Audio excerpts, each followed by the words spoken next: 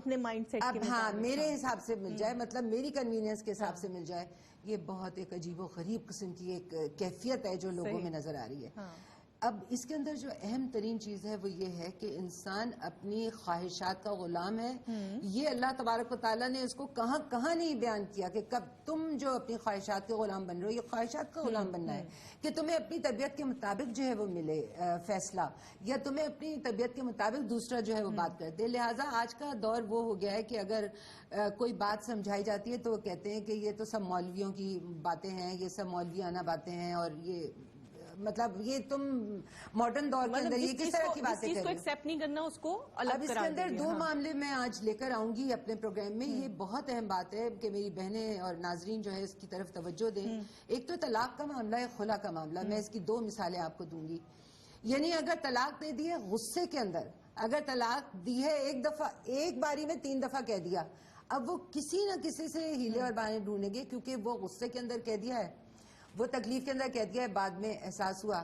اب وہ یہ چاہیں گے ایک در پہ جائیں گے وہاں سے فتویٰ لیں گے، دوسرے پہ جائیں گے وہاں سے لیں گے، تیسرے پہ، اور اس طرح سے گھومتے گھماتے کئی دروں کے اوپر جائیں گے. ان کو کیوں نہیں سیٹسفیکشن مل رہا؟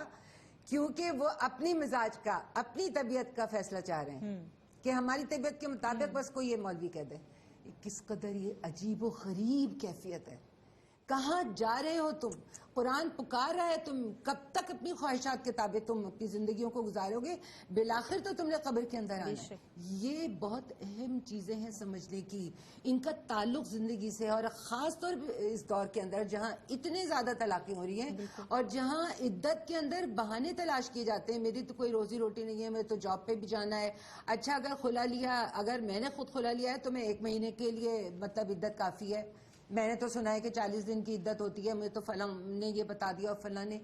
یہ بہت خلاف طبیعت باتیں جو ہیں، یہ خلاف شریعت اس طرح سے اپنی زندگی کو گزارنا اور ان رویوں پر زندگی کو گزارنا جو ہے، یہ آپ کو کہیں بھی نہیں لے جائے گا. بالآخر تو آپ اپنے اعمال کے حساب دینے کے لیے ایک دن موجود ہوں گے میدان حشر میں. صحیح. ناظرین، بہت ساری چیزیں ہیں کہ جب ہم لے کر بیٹھتے ہیں تو یقین مانے اس وقت سمجھ میں نہیں آ رہا ہوتا کہ کس سوال کو اٹھائیں اور کس سوال کو چھوڑ دیں. تو اس وقت ہم بات کریں، بہت ساری چیزیں ایسی ہیں کہ جو دراصل خلاف طبیعت ہوتی ہیں اور آپ کو اس وقت پسند نہیں آ رہی ہوتی، لیکن چونکہ کچھ چیزیں ایسی ہیں جو ہماری شریعت نے جن کو حق قرار دیا ہوا ہے اور ان کو ہمیں اپنی زندگی میں شامل کرنا ہوتا ہے، چاہے وہ آپ کے خلاف طبیعت ہیں یا نہیں ہے. اس کا کوئی دار و مدار اس کا آپ کی طبیعت کے مزاج پر نہیں ہوتا. تو یہ سب چیزیں ہیں جن کو ہمیں دیکھنا ہے اور معاشرتی اس بگاڑ کو، اس رویے کو ہمیں سنوارنا ہے، اس لیے کہ آپ اور ہم ہی ذمہ دار ہیں معاشرے کی بہتری کے.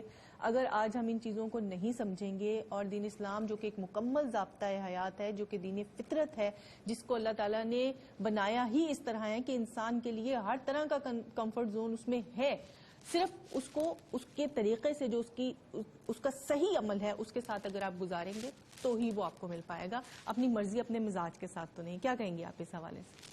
بسم اللہ الرحمن الرحیم. سب سے پہلے تو میں کہوں گی کہ انڈرسٹینڈنگ جو ہے نا صحیح چیزوں کی، وہ بہت زیادہ ضروری ہے کہ آپ صحیح طریقے سے اس چیز کو انڈرسٹینڈ کریں، ریسرچ کریں، ایک دوسرے کو صحیح طریقے سے اسپیس دیں ان کی سوچ کے حساب سے. یہ بہت زیادہ ضروری ہے. ایک بہت امپورٹنٹ پوائنٹ یہ، اس ریالٹی والی بات سے مجھے ایک چیز یاد یہ آئی اور حقیقت پسندی والی سے، کہ ٹیکنالوجی کا جو صحیح یوز ہے وہ مطلب ٹیکنالوجی کو یوز کریں، اس کو پازیٹیولی یوز کریں، اس کو اچھی طرح سے یوز کریں. اس کے دو طرح کے یوزز ہیں، نیگیٹو بھی ہیں، پازیٹیو بھی ہیں. تو کچھ لوگ ایسے پھر ہو جائیں گے، وہ اس کے اوپر آئیں گے نہیں کبھی بھی خوشی سے. ٹھیک ہے. ناظرین، بات ہو رہی ہے اسلام اور حقیقت پسندی کے حوالے سے. اسلام ایک بہترین دین ہے، مکمل ضابطہ حیات ہے، اس میں کوئی شک نہیں ہے. جب نماز اور روزے جیسی عظیم باتوں کی طرف ہم دیکھتے ہیں اور قرآن حکیم کی تلاوت کی طرف ہم دیکھتے ہیں، جب ہم اس کو حفظ کرنے کی طرف دیکھتے ہیں اور اس کے ایک ایک لفظ پر ہم غور کرتے ہیں اور پڑھتے ہیں اسے، تو اس کا ترجمہ اور اس کی تفسیر ہمیں زندگی جینے کا ڈھنگ سکھا رہی ہوتی ہے. اچھا، بعض لوگ کیا کرتے ہیں کہ ان تمام چیزوں کو اپنے طور پر، مطلب جہاں ان کو زندگی کا معاملہ درپیش ہے اس حد تک اس گراؤنڈ میں جائیں گے، اتنا دیکھیں گے اور اتنا ہی دیکھیں گے جتنا ان کو درکار ہے، اس سے آگے جانیں گے نہ پیچھے جائیں گے. تو یہ سب چیزیں ہمیں نہیں کرنی. ہمیں کوشش کرنی ہے کہ ہم اپنے معاملات کو، اپنی زندگی کو صحیح خطوط پر لے کر چلیں اور حقیقت پسند ہوں. اپنے آپ کو چھوٹی سوچ والا نہ کریں بلکہ اپنی سوچ کو وسعت دیں.